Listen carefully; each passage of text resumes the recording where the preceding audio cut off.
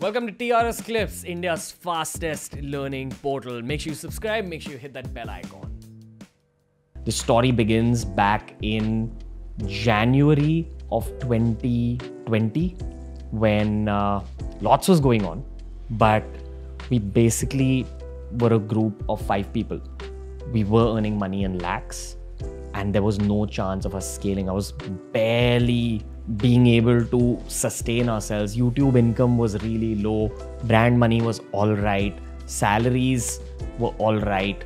Things were just average. And there was this one day where I got very frustrated in office and I told Rajas, who I felt was the only other leader in that 5-person group, that listen, we need more leaders in this office. We have no leadership. Which is when I decided that we need to hire someone with leadership skills. That's where Charmi Sangvi comes in, who further hires Sanchit Keswani, and together they further hire Mayank Kaushal. And I had a leadership core of 3 people. I wasn't even breaking even during this phase. I think we were kind of a loss-making company for some time, for like a month or something. But it was that risk we took, and it was because of the amount of money in the bank that we could sustain ourselves even as a slightly loss-making company for another 3 months. It was a gamble, but it paid off big time.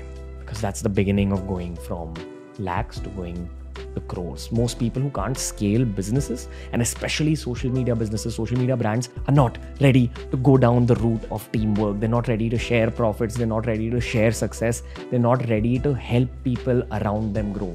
And I think this was the turning point for us. Number 1, self-awareness.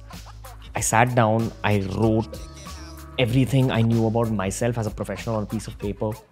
I repeated this process for weeks on end, and that process of journaling taught me a lot about what's in my mind.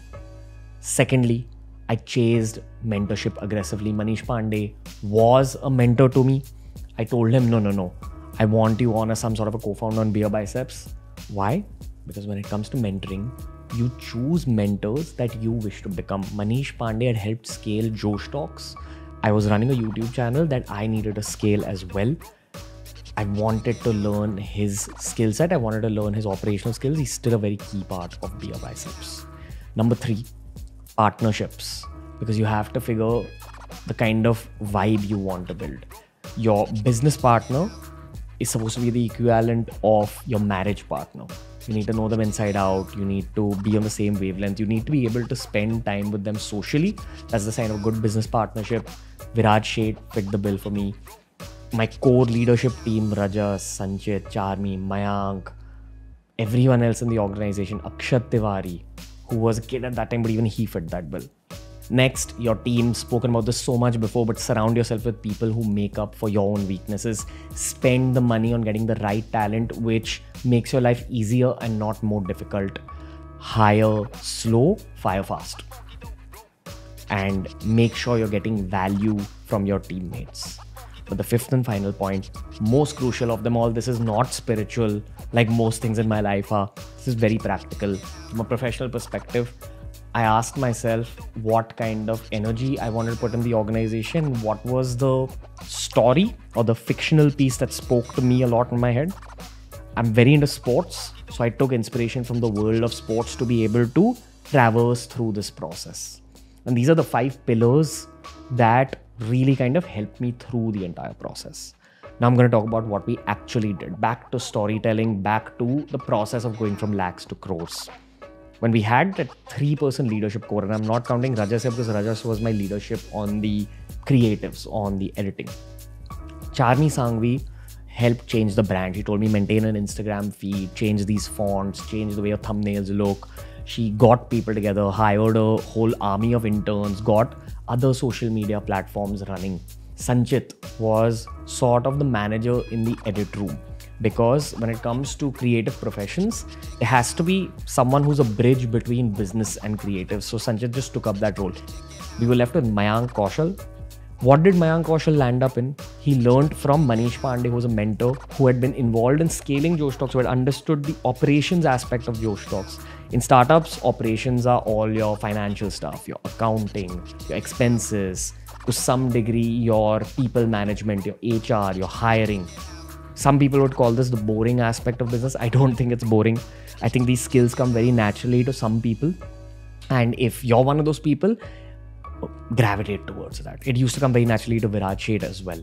Some of my best teammates have been in that Mayank Kaushal mold, where they are the defenders of the team and they let the attacking creative unit just do their thing. You'll go crazy. You'll play with the ball, you'll take long shots, you'll cross the ball. So from being a 5-person unit back in January 2020, over the course of the pandemic, we became about a 30-person unit just on BeerBiceps. We are about a 10-person unit on BigBrainco. We are a 25-person unit on Level, and Monkey's scaled itself. I don't even need to talk about it. But that is a strong number when it comes to bootstrapping. Everything isn't about raising money. People need to learn these aspects of business. Across all these businesses, Mayank Kaushal, Nachiket Nisal, Manish Pandey have had massive roles because they let the creatives do what they want. I spoke about that 5th pillar, being inspired by your own interest to keep yourself going. In the world of football, there's attackers and there's defenders. I would count the mentor as the goalkeeper, but it's the defenders who really make the game safe for the attackers, the creatives to go and do their thing, to work on their own schedules, to work in their comfort zones. The defenders have a hell of a time organizing things, ensuring that you're paying the correct amount of taxes, ensuring salaries get paid on time, ensuring the accounts are managed really well, ensuring hiring is done correctly, ensuring so many other things. There's countless things that the defensive unit does.